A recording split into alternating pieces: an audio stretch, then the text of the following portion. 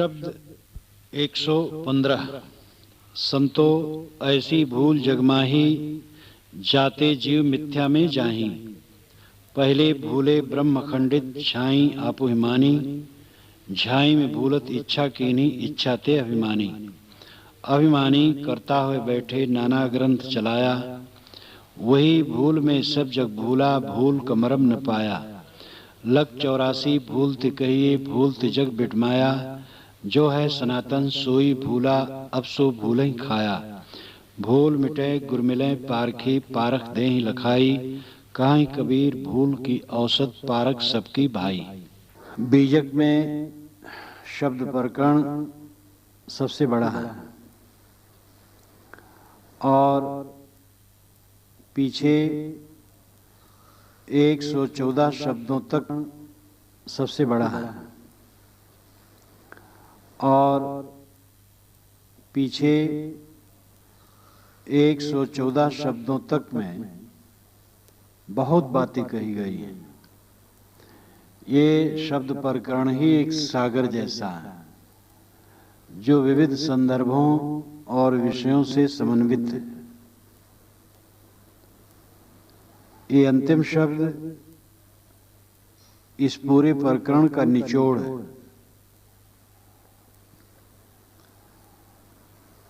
भूल मनुष्य के जीवन में भूल है और भूल की औषध है परख, पारख या परख। शुद्ध शब्द है परख और उसी को तद्भव रूप में पारख कहा जाता। तत्सम और तद्भव शब्द के दो स्वरूप में पारख कहा जाता। तत्सम और तद्भव शब्द के दो स्वरूप होते हैं। संस्कृत निष्ठ शब्द तत्सम कहलाते हैं और जब उनमें ग्रामीण भाव आ जाता है तो तद्भव हो जाता है। संस्कृत का मतलब है सुधरा हुआ, धोया, साफ किया हुआ, जिसका संस्कार किया गया हो संस्कृत है। संस्कार का मतलब होता है रगड़ना, पोंछना, धोना, साफ करना, संवारना, सुधारना। एक अनगढ़ पत्थर को संस्कार दे करके सुंदर मूर्ति या वस्तु बनती है। तो संस्कार करने से वो पत्थर मूर्ति बन जाती है। कपड़े का संस्कार करने से वह एक सूट के रूप में तैयार हो जाता है या स्वच्छ हो जाता है। तो संस्कार कर देने पर जिसका संस्कार पूरा हो गया हो, जो सुधर गया हो, शुद्ध हो गया, उसको संस्कृत कहते हैं। इसीलिए हमारे यहाँ की जो प्राचीनतम भाषा है इसको संस्कृत कहते हैं। संस्कृत का व्याकरण बड़ा दृढ़ है, बड़ा पक्का है और संस्कृत भाषा विश्व में बहुत अद्भुत भाषा, बहुत प्राचीन भाषा है और इसीलिए वैदिक पंडित दूसरी भाषा में अपने शास्त्र नहीं लिखे, उस संस्कृत में ही लिखे। महात्मा बुद्ध, महात्मा महावीर अपना उपदेश पाली, प्रकृत इत्यादि में किए जिससे कि आम जनता समझे। लेकिन पंडित को ये चिंता नहीं थी। उनको ये चिंता थी कि भाषा का स्तर गिरने न पाए। तो किसी भी भाषा का जो शुद्ध स्वरूप है वो संस्कृत है। लेकिन संस्कृत शब्द रूढ़ है जो हमारे यहाँ की प्राचीन भाषा है। लेकिन संस्कृत का शुद्ध अर्थ है धोया हुआ, साफ सुथरा।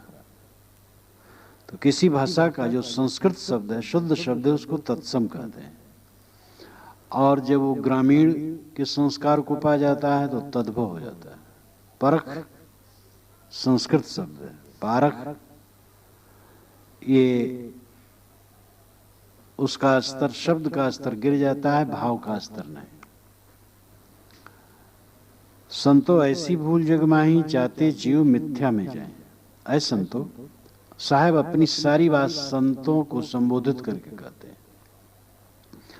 और संतों उसे कहना चाहिए जो साधना में लगा हो, जो सत्यपरायण हो, जो सत्य में स्थित होना चाहता हो या स्थित हो गया हो, वो संत है। और ऐसे से ही साहब अपनी बात कहते हैं, संतों ऐसी भूल जगमाही, जहां पर संबोधन होता वहां बिंदु नहीं, बहुवचन रूप में नहीं होता, चाहे बहुवचन के लिए कहा, जैसे यहां है संतो, संतों नहीं है, संतो। जब संबोधन होता है तो बिंदु नहीं लगाया जाता है, और संबोधन न हो तो बिंदु लगाया जाता है। जिसे संतों ने कहा तो यहां पर संबोधन नहीं है, इसलिए तो में बिंदु लगाया जाएगा। हे संतो तो बिंदु नहीं, हे संतो नहीं, हे संतो। संतो ऐसी भूल जगमाही, ऐ संतो जगत में ऐसी भूल है, संसार में ऐसी भूल है, जाते जीव मिथ्या में जाए, जिससे जीव मिथ्या में चला जाता है, गलत में चला जाता है, झूठ बात में चला जाता है, अपनी वास्तविकता में नहीं रह पाता है। ये भूल की महिमा है। वैसे देखा जाए हर आदमी के जीवन में भूल है, क्षण क्षण भूल होती है, इसलिए अहंकार करना बिल्कुल गलत है। जो जितना साधक होगा वो उतना अहंकारी नहीं होगा। पूर्ण साधक पूर्ण विनम्र होता है। जिसमें समझ की कमी है वो समझता है मैं पूर्ण हूं, और जिसमें समझ की गंभीरता है वो अपनी अपूर्णता देखता है कि कैसे क्षण क्षण भूल हो जाती है, बोलने में, बरतने में, सोचने में, करने धरने में, उठने बैठने में, लेने देने में। जितनी शिष्टता चाहिए उतनी शिष्टता नहीं बरत मिलती, जितना विनय भाव, आदर भाव, मर्यादा भाव करना चाहिए नहीं कर मिलता, जितना त्याग भाव चाहिए नहीं हो पाता। तो ज्ञान की बातें हम वाणी से जितना कहते हैं प्रयोग में नहीं आता, यह साधक समझता है। इसलिए समझता है कि भूल कितनी है और कब कब मन भटक जाता है। और अगर पूरी रहनी आती है, जीवन में पूरी स्थिति आती है, तो बहुत विनयी होता है वो। तो जिंदगी में भूल है, इसको स्वीकारना चाहिए, और ये अहंकार नहीं होना चाहिए कि हमारे में कोई भूल नहीं। ये अहंकार तो प्रमादी ही करेगा। पूर्ण पहुंचा हुआ पुरुष, जिसके जीवन की भूल बिल्कुल समाप्त हो जाती है, ऐसा पुरुष भी ये अहंकार नहीं करेगा कि मेरा जीवन बिल्कुल भूल रहित है। वो और भी नहीं होगा, क्योंकि जब तक शरीर है पता नहीं कब भूल हो जाए, कैसी भूल हो जाए। इसलिए भूल मनुष्य में होती, दीवार में नहीं होती। दीवार जड़ है। तो दीवार की प्रशंसा इतनी है कि वो छत को धारण किए है, और कोई उससे संभावना नहीं। जिससे भूल होती उसी से संभावना है कि वो सही भी करेगा।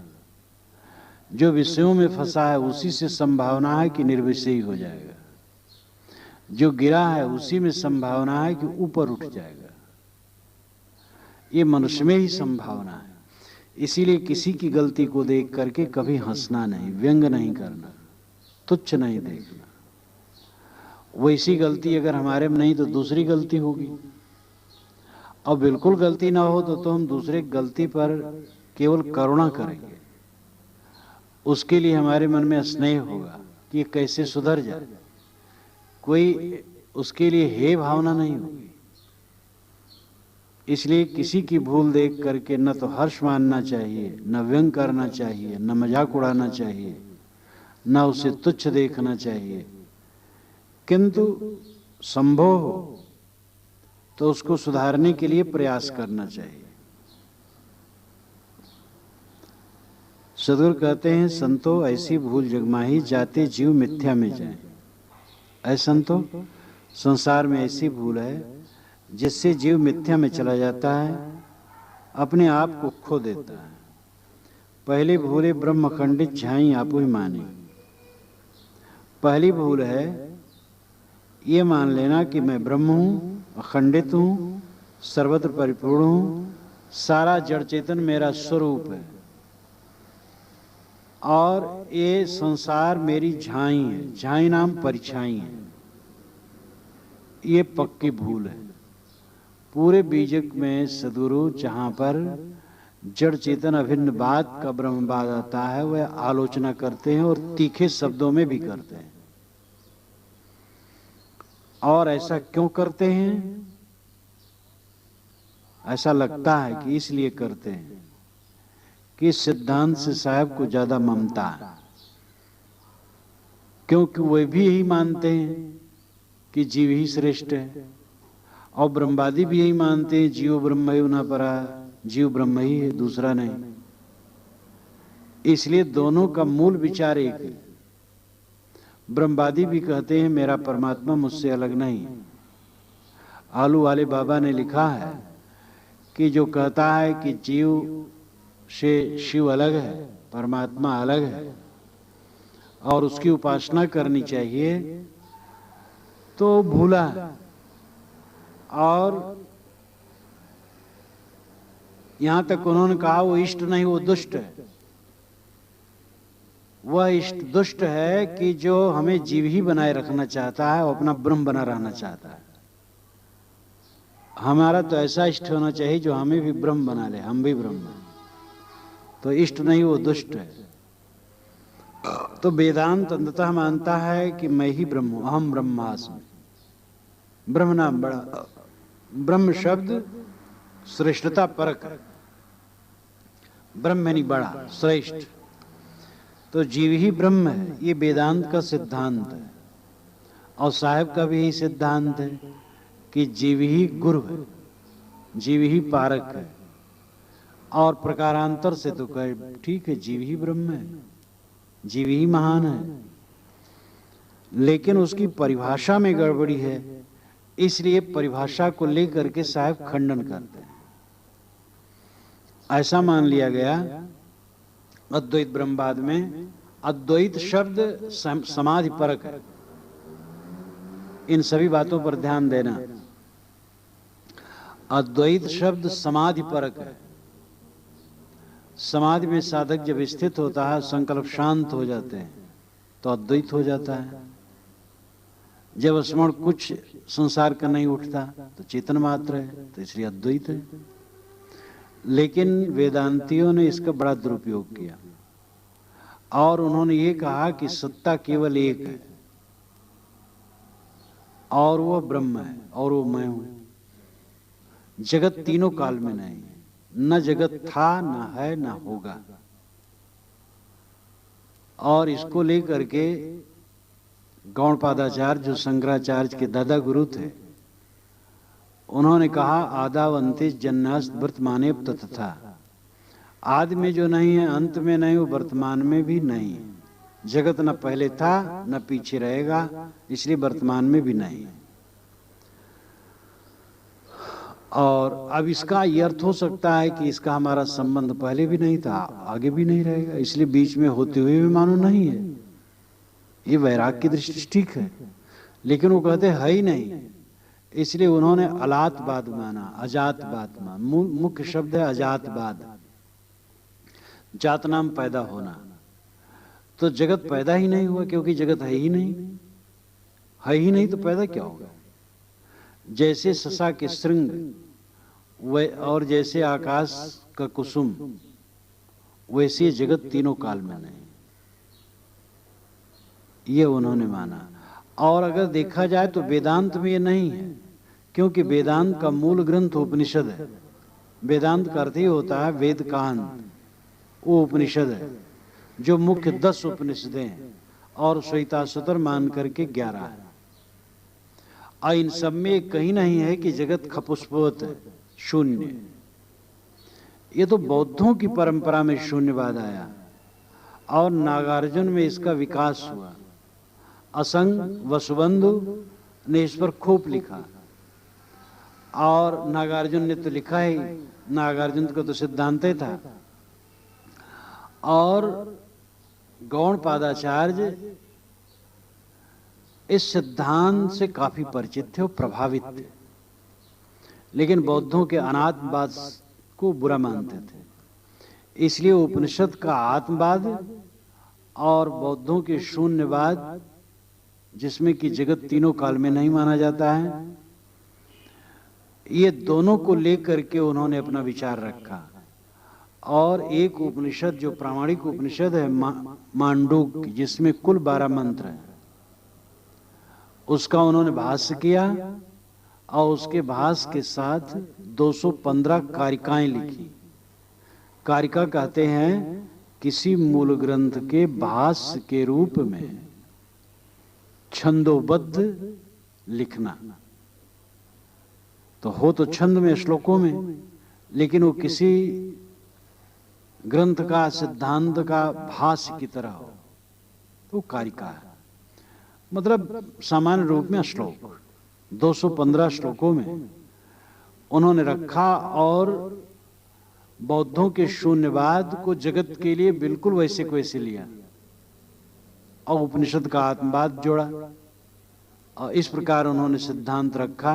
पुस्तक बड़ी प्रांजल है, बड़ी मनोहर है, अच्छी लगती है पढ़ने में। शंकराचार्य उन्होंने देखा और आकर्षित हो गए और उनका जम गया विचार, बस यही सिद्धांत है। उन्होंने बढ़ा दिया, बहुत प्रतिभावान थे शंकराचार्य, और उन्होंने भाष्य किया उपनिषद का 11, उन्होंने 10 का किया, 11वां कोई दूसरा कर दिया शंकराचार्य जो पीठाधीश थे। और गीता और ब्रह्मसूत्र का, ये तीनों को प्रस्थानत्रयी कहते हैं, इसका भाष्य किया। लेकिन मुख्य ब्रह्मसूत्र माना जाता है, जो 6 शास्त्रों में एक है। और उस वाचस्पति मिश्र उसके बाद हुए, जो बहुत प्रकांड पंडित थे और अनेक शास्त्रों के भाष्यकार थे, वे भी वेदांती थे। तो उन्होंने शंकराचार्य के भाष्य पर भाष्य कर दिया। उसी भाष्य का नाम भामती है, भामती भाष्य। फिर वो बहुत प्रसिद्ध हो गया। तब से एक बहिया आ गई भारत में अद्वैतवाद और मायावाद को लेकर। जगत के लिए उन्होंने कहा माया है, जगत है नहीं, माया मात्र है। और माया क्या है, तो उसमें शंकराचार्य कोई ठीक परिभाषा नहीं दे पाए। उसको अनिर्वचनीय कहे, अनिर्वचनीय कह नहीं सकते हो कैसे। इसके विषय में पहले मैंने कहा था कि विवेक चूड़ामणि में उनका मंत्र है, सन्नाप सन्नाप व्यात्मकानो भिन्नाप भिन्नाप व्यात्मकानो संगाप नंगाप व्यात्मकानो महद्भुता निर्वचनीय रूप। माया को कहें सत है तो ब्रह्म सत, माया सत तो सत, तो द्वैत नहीं रहेगा। अगर कहें असत है तो उसका कार्य जगत दिखाई तो कैसे असत कहें। अगर कहें उभयात्मक है, सत भी है असत भी है, तो ये बहुत ही घपलेबाजी हो जाएगी। सन्नाप सन्नाप उभयात्मकानो भिन्नाप भिन्नाप उभयात्मकानो, ब्रह्म से माया भिन्न है तो द्वैत हो जाएगा, अभिन्न है तो माया ब्रह्म में ही दोष हो जाएगा, उभयात्मक है तो फिर वही घपलेबाजी हो जाएगी। संगाप नंगाप उभयात्मकानो, अंगयुक्त है वो, अवयव सहित है, या ब्रह्म के सहित है तो भी गलत हो जाएगा, उससे बिल्कुल अलग है तो भी गलत हो जाएगा। तो इसलिए महद्भुत अनिर्वचनीय, महान अद्भुत है, अनिर्वचनीय है, कह नहीं सकते वो कैसे। और इस प्रकार मायावाद उन्होंने चलाया, और ऐसा मायावाद उपनिषद में कहीं नहीं, वेदों में भी कहीं नहीं। और ये बौद्धों का जो शून्यवाद है, वो मायावाद का जामा पहना करके शंकराचार्य ने अपने ढंग से रखा। इसीलिए समस्त वैष्णव आचार्य शंकराचार्य को प्रच्छन्न बौद्ध कहते, छिपा हुआ बौद्ध। और उसी के व्यंग में मैंने कल एक श्लोक कहा था, वेदो अनर्थो बुद्ध कृतागमो अनर्थ्य प्रामाण में तस्य चातस्य चानर्थम बुद्धानर्थो बुद्धि फले तथा अनर्थे यूयम तथा बौद्धास समान संसदा। तो वेदांतियों के लिए वेद बेकार है, बौद्धों के लिए बौद्ध ग्रंथ बेकार है, दोनों के प्रमाण बेकार हैं। वेदांतियों का बुद्ध आत्मा बेकार है और बौद्धों का ज्ञान और निर्वाण बेकार है, क्योंकि जब कुछ है ही नहीं है, नहीं नहीं फिर कौन का। तो इस प्रकार एक सिद्धांत ये मान लिया गया कि अद्वैत ब्रह्म केवल एक सत्ता है, दूसरा कुछ है ही नहीं, केवल एक ब्रह्म सत्ता है और अखंड है, निर्विकार है, निर्वयव है, सच्चिदानंद है, सर्वत्र परिपूर्ण है। अब इतना शब्दावली तो कह जाते हैं, वे विचार नहीं करते हैं कि जो सच्चिदानंद है, वो अखंड है, वो निर्विकार है और सर्वत्र है, तब स्फूर्ति कहां से होती, चंचलता का कर्म कहां से होती, गति कहां से, संसार कहां से होता है। ये जो गतिशील संसार है ये निर्वय में हो सकता, अखंड में हो सकता, निर्विकार में हो सकता है। कल्पना करो इस कमरे में रांगा गला करके भर दिया जाए, पूरा ठस एक ठोस हो जाए, तो उसमें एक मच्छर भी नहीं घुस सकता है। अब आदमी कैसे आ सकते हैं? एक वस्तु सर्वत्र अखंड और ठोस हो तो वहां दूसरे का स्थान नहीं मिल सकता है, गति नहीं हो सकती है। तो जब एक अखंड ठोस सर्वत्र ब्रह्म है तो स्फूर्ति, संचालन, गति, क्रिया, सृष्टि, संसार कैसे? और ये है, और ये कहे तो कौन कहता है, किससे कहता है? ये सब पर कुछ ध्यान नहीं देते हैं। तब कहते व्यावहारिक, प्रातिभाषिक और पारमार्थिक तीन सत्ता है। ये व्यवहारिक सत्ता है जो खाना पीना व्यवहार है। प्रातिभाषिक संसार में ये भ्रम होता है कि ये सच है, प्रातिभाषिक है। पारमार्थिक ये सत्ता है, शुद्ध ब्रह्म। इसलिए रामानुजाचार्य इत्यादि वैष्णव संत कहते हैं कि शंकराचार्य चूहा है और वे तीन बिल बनाए हैं, एक पारमार्थिक, एक व्यवहारिक, एक प्रातिभाषिक। जब इधर पकड़ो तो उधर घुस जाते, उधर पकड़ो तो उधर घुस जाते। ये चूहा है, कुतरना जानते और कुछ नहीं। बड़े बेदर्दी से वैष्णव लोग इनका खंडन करते हैं, क्योंकि जगत तीनों काल में नहीं है। अब ये कोई बात हुई? जगत तो तीनों काल में है, आत्मा में जगत तीनों काल में नहीं है, ये सच है। लेकिन जगत में जगत तीनों काल में है, वो परिवर्तनशील है। तो साहब कहते हैं पहली भूल यह हुई कि यह माना कि मैं ब्रह्म हूं, अखंडित, सर्वत्र परिपूर्ण हूं, एक ही सत्ता हूं, बस मैं केवल हूं और कुछ नहीं। तो ये जगत कैसे दिखाई देता है? तो साहब कहते हैं लोग कहते झाई आपो ही मानी, ये मान लिया कि मेरी झाई है, मेरी परछाई है। परछाई अलग वस्तु में पड़ती है, जो सर्वत्र हो परछाई कैसे? जैसे ब्रह्मवादी कहते हैं कि एक चंद्रमा है, तो चंद्र 1000 घड़ा रखा है, पानी उसमें भरा, तो हजारों घड़ों में चंद्रमा की परछाई पड़ती है। तो ऐसे एक ब्रह्म है और सभी शरीरों में उसका प्रतिबिंब पड़ता है, वही जीव है।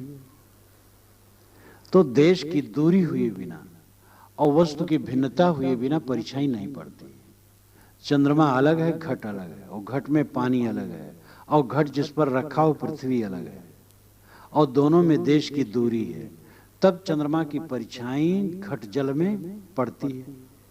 अगर चंद्रमा ही चंद्रमा सर्वत्र हो, न घट हो, न जल हो, न पृथ्वी हो, कुछ न हो, केवल चंद्रमा चंद्रमा सर्वत्र हो, तो परछाई कहां पड़ेगी और किस में पड़ेगी? जब एक वेदांती बढ़ रहा है, नवयुवक थे और घोट करके पिलाए गए थे, और कार्यक्रम था वहां, बहुत दिन की बात है। तो कहे महाराज ब्रह्म तो एक है, वो चंद्रमा की तरह है, सब घटों में परछाई पड़ती है।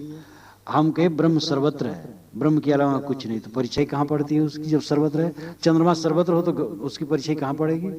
वो बेचारा एकदम चुप हो गया, कोई उत्तर नहीं आया। तो झाई आप ही मानी, ये मान लिया कि मेरी ही झाई, ये सारा संसार मेरी झाई है, मेरी परछाई है। परछाई साकार वस्तु की पड़ती है, निराकार की परछाई नहीं पड़ती, और जो सर्वत्र हो उसकी परछाई नहीं पड़ती। झाई में भूलत इच्छा की नहीं, इच्छा थी अभिमानी, झाई में भूलती ही इच्छा की। एको हम बहुत श्याम प्रजाए, एक मैं बहुत प्रजा के रूप में फैल जाऊं, ये इच्छा की। यानी ग्रंथों में लिखा है, ये तो उपनिषद में भी है। लेकिन जैसे शंकराचार्य जगत को तीनों काल में नहीं मानते, वैसे वो नहीं मानते। लेकिन यह है उपनिषद में, और उपनिषद सौरभ में पढ़ने को मिलेगा, जो अभी छप करके आने वाला है, और 10-15 दिन में वो हाथ में आ जाएगा।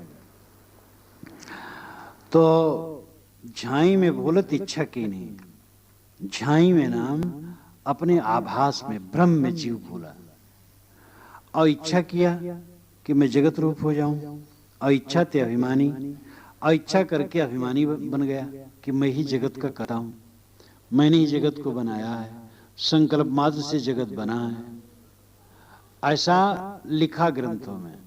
वास्तव में जगत को देख करके जगत की रचना की विषय में कल्पना होती है।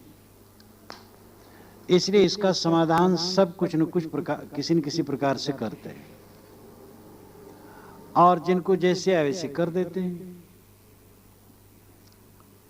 ब्रह्मवादियों ने इस ढंग से किया कि एक आत्मा संकल्प किया, जगत हो गया।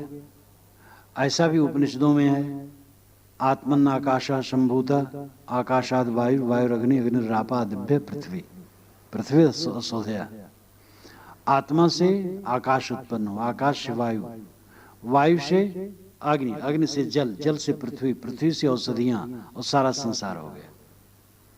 अगर फिर से ब्रह्म बन जाना है तो पृथ्वी को पानी में मिला दो, पानी को आग में, आग को हवा में, और हवा को आकाश में, और आकाश को आत्मा में, बस एक ब्रह्म हो गया। लेकिन पानी और मिट्टी मिला करके देखो, पानी मिट्टी मिला दो, घोल दो, उसके पश्चात पानी भाप बन करके उड़ जाएगा, मिट्टी रह जाएगी, मिलेगा तो नहीं। एक बार एक जगह हमारे पारक सिद्धांत के स्टेज पर एक वेदांती भाषण किए, तो ऐसे कहे, तो एक भक्त कहे, स्वामी जी मिट्टी और पानी घोल करके एक में मिला दीजिए, और आप ही के सामने औटाया जाए और देखा जाए पानी औट गया है और सब उड़ गया है, और मिट्टी भी उसी के साथ उड़ गई, कुछ रह नहीं गया, तो हम मान ले कि सब एक में मिल के आत्मा हो जाएगा। और अगर औटाने से पानी उड़ जाए, मिट्टी रह जाए, तो आपका सिद्धांत सही नहीं ठहरेगा। महाराज मिट्टी पानी लाओ, अरे के भाई रहने दो हो ही नहीं सकता है, मिट्टी पानी घुल करके एक में नहीं हो सकते, तो ये सारा संसार आत्मा में मिल करके एक हो जाएगा। और संसार विकारी है और आत्मा शुद्ध है, तो उसमें घोलने क्या प्रसंग है।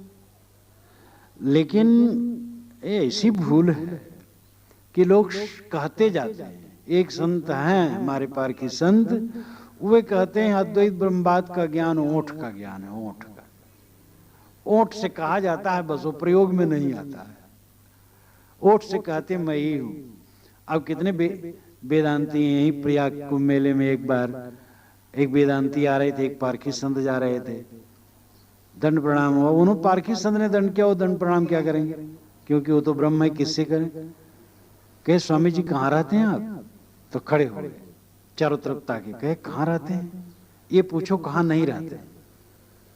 मैं सब जगह तो मैं हूं, आप सब जगह हो, लेकिन पीठ पीछे क्या है जानते नहीं हो। शिष्यों को पत्र लिखते हो, पता लगाते हो, और सब जगह आप हो, दुनिया भर के आप करता हो, और एक फुंसी हो जाए उसको ठीक नहीं कर पाते हो, एक बाल नहीं बना सकते हो, कैसे दुनिया भर के करता हो। तो ओठ का ज्ञान है केवल, ये अद्वैत ब्रह्मवाद का ज्ञान खाली ओठ का है, जबान से कह देते हैं।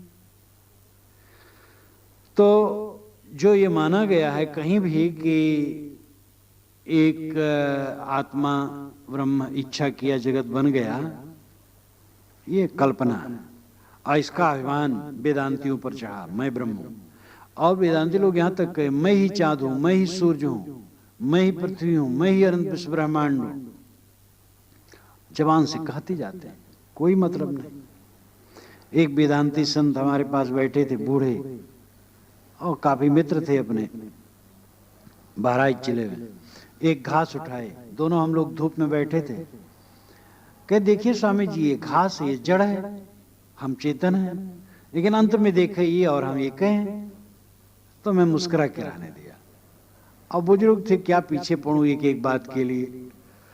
तो इतनी घपलेबाजी की बात हो जाती है, जड़ चेतन निर्णय उनमें होता ही नहीं। पहले जड़ चेतन अलग अलग मानते हैं कि जड़ अलग है चेतन अलग है, लेकिन अंत में कहते हैं मैं ही सब कुछ हूं। इसी पर रामराज साहब व्यंग करते हैं कि अज्ञानी ज्ञानी करे, ज्ञानी करे अचेत। ये लोग अज्ञानी को तो ज्ञानी बनाते हैं, जो मानता मैं देह हूं उससे कहते तुम देह नहीं हो आत्मा हो। और जब पूरा ज्ञानी हो गया तब कहते हैं कि तुम ही सारा संसार हो। तो एकदम सुला देते, अज्ञानी को ज्ञानी कर दे, ज्ञानी को अचेत कर देते।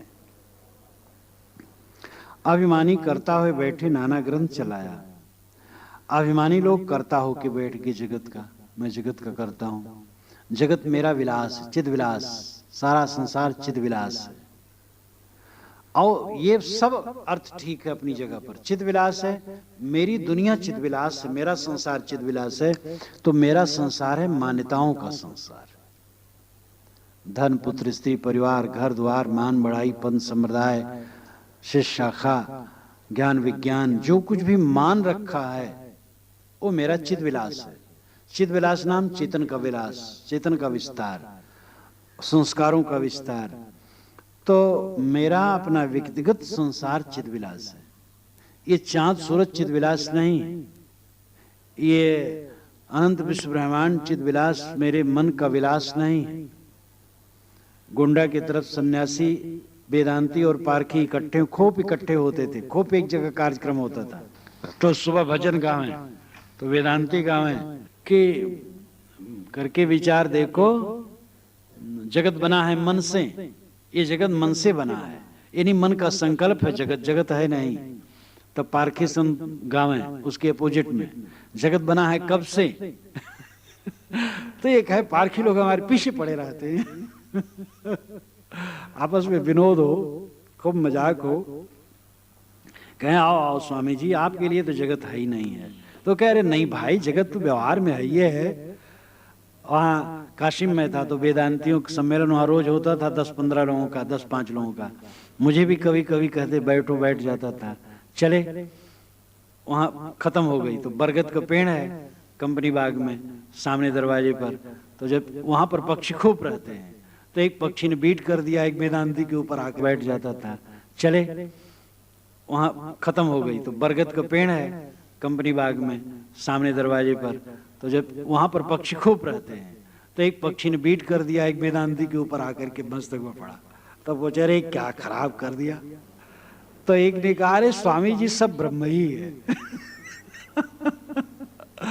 तो उन्होंने कहा अरे भाई व्यवहार में सब एक कैसे है, व्यवहार में तो अलग अलग, ये तो टट्टी है।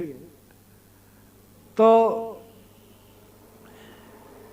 अभिमानी करता हुए बैठे, अपने कर्ता मान लिए कि मैं जगत का करता हूं, मेरा ही सब विलास है, ना ही सब विलास है। नाना ग्रंथ चलाया, इसमें नाना प्रकार की पुस्तकें चले, ब्रह्मवाद के ऐसे ऐसे ग्रंथ चले।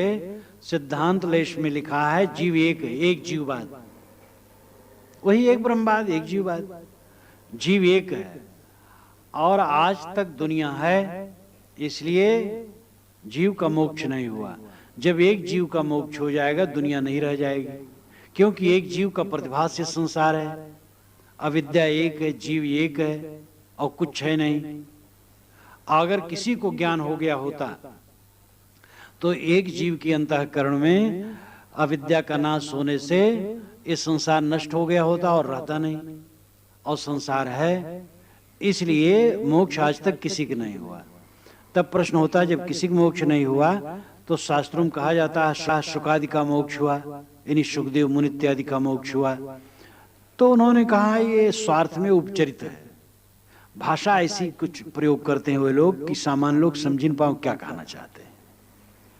मतलब है ये अपने आप में एक औपचारिक कथन है, सापेक्ष मोक्ष है, जीवन में रहे सुखी रहे शांत रहे, लेकिन परमार्थता मोक्ष नहीं है। शुकादि के मोक्ष में कोई प्रमाण नहीं है, और प्रत्यक्ष प्रमाण तो यह है कि सुख का मोक्ष हो गया होता सुखदेव का, संसार रहता ही नहीं, जीव एक है, और जहां एक जीव का मोक्ष हुआ संसार रहेगा नहीं, शांत सब खत्म। इस प्रकार वेदांत की दृष्टि से मोक्ष कभी किसी को हो ही नहीं सकता। आज तक नहीं हुआ तो आगे क्या विश्वास किया जाए। इसीलिए साहब ने कहा है कि घूर घूर वर्षा बरसावे परिया बुंद न पानी, बूझ लीजिए ब्रह्मज्ञानी। अय ब्रह्मज्ञानी, तुम समझ लो ब्रह्म ज्ञान को। तुम उमड़ घुमड़ करके वर्षा बरसाते हो, लेकिन एक छींट किसी के ऊपर पड़ती नहीं। आज तक किसी के ऊपर छींट पड़ी होती, मुक्त हुआ होता तो संसार रहता ही नहीं। और वेदांती लोग कबीर साहब के वचनों के भी समाधान करते। जहां साहब ने कहा है नाम ले लेकर के ये भूले वो भूले वो भूले सब बंधन में गए, तो एक जीववादी वेदांती यही कहते, कबीर साहब सच कहते हैं, सब बंधन में, अभी बंधन से कौन मिटा छुटा, व्यास वशिष्ठ सब बंधन में है। और एक जीव का बंधन में निवृत्त हो गया हो तो संसार रहता ही नहीं। ऐसा वो समाधान करते हैं। वही भूल में सब जग भूला, भूल का मरम न पाया। इसी भूल में सारा संसार भूल गया और भूल का रहस्य नहीं समझा। भूल का रहस्य निस्वरूप की भूल, अपने स्वरूप को न समझना सबसे बड़ी भूल है। अपने आप के विषय में भ्रांति। ये जीव न तो किसी का कारण है न कार्य है, न अंश है न अंशी है, न ये कुछ हो करके होने वाला है। ये तो अजर अमर अखंड है। जीव एक नहीं है, नाना है। चेतन एक है। ये गुण परक शब्द है। ध्यान दीजिएगा, सब बात पर ध्यान दीजिएगा। इस सैद्धांतिक विषय चेतन एक है, ये गुण परक शब्द है। जैसे मानो एक गोत्र की एकता होती है। जैसे गाय, तो गाय में गोत्र एक है, गायपना एक है, लेकिन गाय का व्यक्तित्व अलग अलग है। ऐसे मनुष्यत्व एक है, सब में मनुष्यपना एक है। सब में दो आंख, दो कान, दो नाक, हाथ पैर, सोचना समझना, तो मनुष्यत्व सब में एक है, लेकिन मनुष्य के व्यक्तित्व में अंतर है, अलग अलग है। तो चेतन एक है, ये गुणपरक कथन है, व्यक्ति परक नहीं है, संख्या परक नहीं, गुण परक है। जैसे क्वालिटी क्वांटिटी कहते रहते हैं इंग्लिश वाले, तो क्वालिटी नाम गुण, क्वांटिटी नाम संख्या। तो संख्या में जीव अलग अलग है, व्यक्तित्व अलग अलग है, लेकिन गुण में एक है। यानी सबका गुण एक है। तो चेतन एक है, गुण परक शब्द है। चेतन व्यापक है, ये महिमा परक शब्द है। व्यापक यानी महान है, यही नहीं कि फैला है, सर्वत्र ठोसम ठोस है। अगर एक चेतन सर्वत्र व्यापक हो तो गति होगी ही नहीं संसार में, जिसके लिए पहले उदाहरण मैंने दिया है। और चेतन अद्वैत है, जीव अद्वैत, ब्रह्म अद्वैत है, यह समाधि परक शब्द है। समाधि में पहुंचकर जब सारे संकल्प शांत हो जाते हैं तो अद्वैत हो गया, अकेला हो गया। ये नहीं कि सत्ता केवल एक है, सत्ता अनेक है। सत्ता शब्द से एक है, सत्ता एक भाव है और सत्ता एक है। हमारी सत्ता, तुम्हारी सत्ता, टेबल की सत्ता, ईंट की सत्ता, सबकी सत्ता और सत्ता एक है। लेकिन ईंट अलग है, टेबल अलग है, पत्थर अलग है, हम अलग हैं, तुम अलग हो, व्यक्तित्व अलग है। सत्ता शब्द से सत्ता सबकी एक है, तो सत्ता में एक है, न कि व्यक्ति और गुण में एक है। व्यक्ति और, हाँ इसमें तो गुण भी अलग हो जाता है, मनुष्य का गुण अलग, पत्थर का गुण अलग। तो अद्वैत शब्द समाधि परक है। अद्वैत शब्द बुरा नहीं है। भाषा से हमें नफरत करने की जरूरत नहीं है। भाषा से नफरत करने से सांप्रदायिकता बढ़ती है, कटुता बढ़ती है, समन्वय नहीं होता। भाषा से नफरत नहीं करना चाहिए। इसीलिए साहब ने सभी शब्दों को लिया, राम, हरि, ब्रह्म, सारंग पाणी तक, रघुराई, सभी शब्द लिया।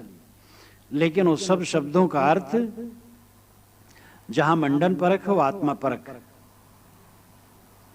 तो वही भूल में सब जग भूला, भूल कमरा न पाया। निस्वरूप की भूल से सारा संसार भूल गया। अपने स्वरूप को ठीक न समझ पाने से सारा संसार भटका है। ये मान लिया जाता है कि अपना प्राप्तव्य अलग है। अपना प्राप्तव्य अलग होने से फिर भटकाव होता है। हमारा परमात्मा, हमारा मोक्ष अलग नहीं है, हमारा स्वरूप है। और हम सजाति, दूसरे हमारे सजाति, हम सब नहीं हैं, सबके साक्षी हैं। जड़ अलग है, चेतन अलग है। जड़ में अनेक तत्व हैं, एक तत्व में असंख्य कण हैं, और जीव भी सब अलग अलग हैं। सब में चेतना एक समान है, ज्ञान गुण एक समान है, व्यक्तित्व अलग अलग है। ये बिल्कुल व्यवहारिक सरल समझ में आता है। ये जगत नित्य है, अनादि है, परिवर्तनशील है, लेकिन अपने आप में ठोस है, सदा है। ये चांद सूरज झूठ नहीं है, सदा है।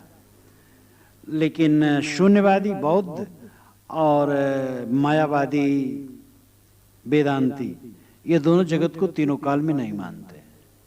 जब वहां पर कंपनी बाग में वेदांतियों को बैठे सब, तो जो वेदांती रहे, गृहस्थ रहे, लेकिन हिंदी में बड़ा सुंदर वेदांत कहते थे। कहें कि अज्ञानी कहते हैं कि देहरादून एक्सप्रेस देहरादून से चलती है और वो बनारस आती है और हावड़ा जाती है। न देहरादून है, न बनारस है, न हावड़ा है, और न देहरादून एक्सप्रेस है। ये तो कुछ है ही नहीं। तीनों काल में ये सब नहीं। अब तीनों काल में ये सब नहीं कहते जाते थे। शून्यवादी ऐसे कहते हैं, मैंने कल उदाहरण दिया था बौद्धों का, कि दुख है लेकिन दुख का भोगता नहीं। दुख निवृत्त का मार्ग है लेकिन उस पर चलने वाला नहीं। निर्वाण है लेकिन निर्वाण को पाने वाला नहीं। कितना पागलपन की बात, पागल खाने की बात, पूरी पागल खाने की। दुख है तो कौन कहता दुख है? और दुख किसको है? दुख जिसको है ही नहीं है, वो तो अनाथवाद के चक्कर में ज्यादा पड़े रहते हैं। वेदांती लोग केवल संसार को शून्य कहने के चक्कर में पड़े रहते हैं, और शून्यवादी बौद्ध लोग आत्मा को शून्य करने के चक्कर में पड़े थे, जबकि वो स्वयं आत्मा है। तो ये महादुर्भाग्यपूर्ण दोनों विचार। तो वही भूल में सब जग भूला, भूल का मरम न पाया। स्वरूप भूल, अपने स्वरूप का यथार्थ लक्षण। इसीलिए विशाल देव ने कहा है, पहले जान स्वरूप को, पाछे बंधन चीन। दोनों की परिचय भई तभी मोक्ष लख लीन। पहले स्वरूप को पहचानो। अपना स्वरूप सबसे अलग है, सबका साक्षी है, ज्ञान मात्र है और असंग है, अकेला है। न कारण है, न कार्य है, न अंश है, न अंशी है, एकदम सबसे निर्मल निरपेक्ष है। ये समझो, और ये विवेक द्वारा भी और अनुभव द्वारा दोनों में समझ में आ सकता है। ये कठोपनिषद में भी इसकी चर्चा बहुत बढ़िया आई है कि बुद्धि द्वारा इसको समझो कि मैं आत्मा हूं, सबसे अलग हूं, और फिर चरितार्थता करो ध्यान में। ध्यान में जब चित्त एकाग्र होगा तो तुम्हें महसूस होगा, ध्यान में जब चित्त एकाग्र होगा तो तुम्हें महसूस होगा कि सारा संकल्प शांत हो गया, मैं साक्षी मात्र रह गया। तो अपने आप के साक्षी पने का भाव ये सबसे अलग कर देता है। इसीलिए साहब ने साखी प्रकरण ही कहा, साखी आखी ज्ञान की। तो मैं सबसे अलग हूं, असंग हूं, अकेला हूं, ये केवल बुद्धि से नहीं, अनुभव का विषय, सबका अपना अनुभव विषय है। और ये न समझकर, यही भूल होने की वजह से अनेक देवी देवताओं में जीव फंस जाता है, अलग ईश्वर मान करके उसमें फंस जाता है। स्वयं जो ईश्वर स्वरूप है, अपना आत्म स्वरूप ही ईश्वर स्वरूप है। ईश्वर शब्द ऐश्वर्य परक है, और वो ऐश्वर्य जीव ही में है। परमात्मा परक शुद्धता, परमात्मा शब्द शुद्धता परक है। जो एकदम निर्मल हो परमात्मा, वो आत्मा की दशा है। लख 84 भूलते कहिए, भूलते जग बिटमाया। 84 लाख जोनियों में भटकना भूल से ही कहा जाएगा। ये जीव भूल से ही 84 लाख जोनियों में भटकता है। 84 लाख जोनि भारतीय परंपरा में कहा जाता है, इसलिए साहब भी वैसा कहते हैं। अब ये पक्का नहीं कि 84 है कि 83 है कि 85 भी है। आज तक जो जीव विज्ञानी हैं 10 लाख जीवों की गणना उन्होंने की है। अभी उनकी गणना चालू है।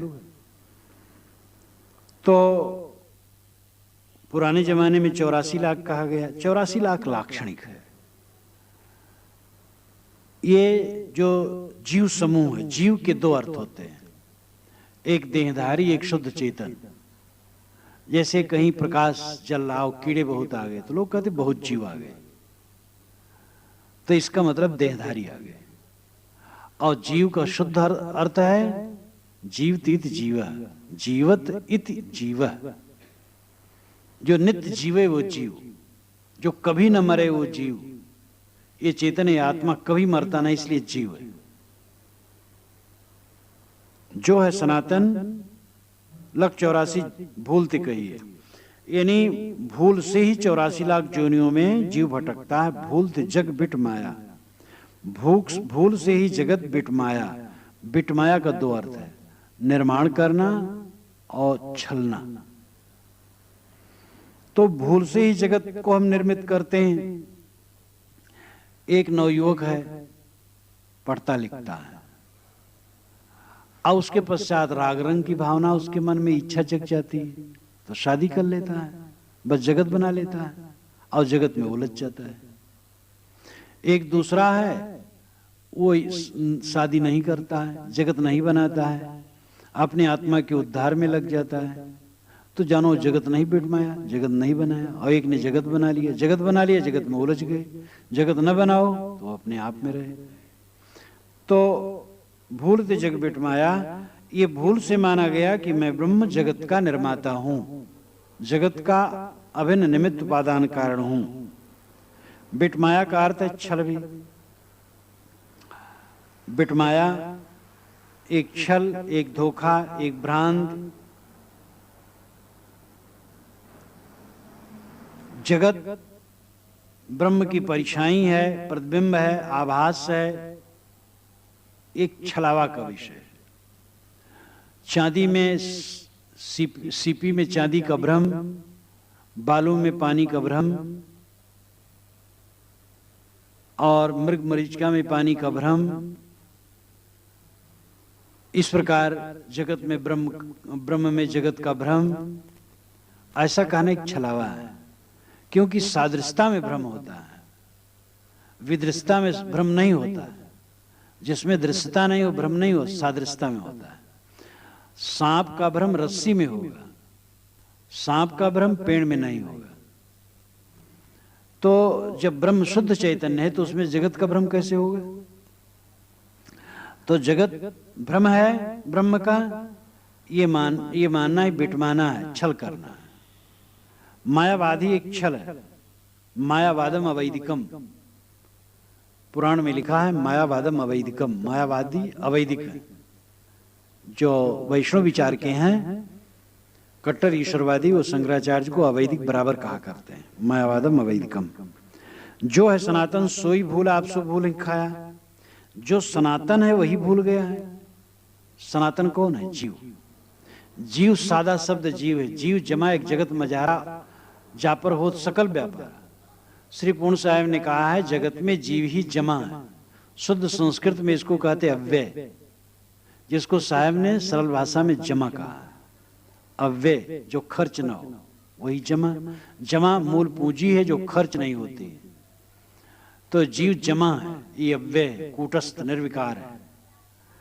और इसी के सारे विशेषण, जैसे मनुष्य जमा है, मूल है। अब उसके पश्चात वो दादा है, नाना है, काका है, मामा है, फूफा है, जीजा है, साला है, और मंत्री है, और पता नहीं काका है। ये सब खर्च है, ये सब औपाधिक है। लेकिन मूल जमा मनुष्य। तो ऐसे मूल जमा जीव है, और जीव ही के नाम ईश्वर ब्रह्म परमात्मा आत्मा चेतन पारक ज्ञान और जितने भी शब्द कह लो, तो जो है सनातन, ये जो सनातन है नित्य है, जीव है। स्वामी शंकर ने भी ये माना है। जहां पर भूमा का वर्णन है छांदोग्य उपनिषद में, तो कहा है कि भूमा दाएं है, बाएं है, ऊपर है, नीचे है, पीछे है। तो शंकराचार्य स्वामी ने कहा है कि मूलकार अब उसका अहंकारादेश करके कहते हैं कि मैं ही ऊपर हूं, नीचे हूं, दाएं हूं, बाएं हूं। तो उन्होंने कहा है कि कोई ये मैं भूमा आगे है, पीछे है, दाएं है, बाएं है, ऐसा सुन करके ये भ्रम कर सकता है कि जो भूमा है वो दृष्टा जीव से अलग है, लेकिन दृष्टा जीव से अलग भूमा नहीं है। ये दृष्टा जीव ही भूमा है और ब्रह्म है। इसीलिए अहंकारादेश पूर्वक कहा जा रहा है कि मैं ही दाएं हूं, बाएं हूं, ऊपर हूं, नीचे हूं। तो इस पर मैंने टिप्पणी की है कि मैं ही ऊपर हूं, दाएं हूं, बाएं हूं, ऐसा स्वामी शंकराचार्य के कहने पर भी समाधान न हुआ, क्योंकि अपने आप को केंद्र में रख करके और फिर दाएं बाएं नहीं कहा जा सकता है। जब मैं केंद्र में हूं तो मैं ही दाएं बाएं कैसे हूं?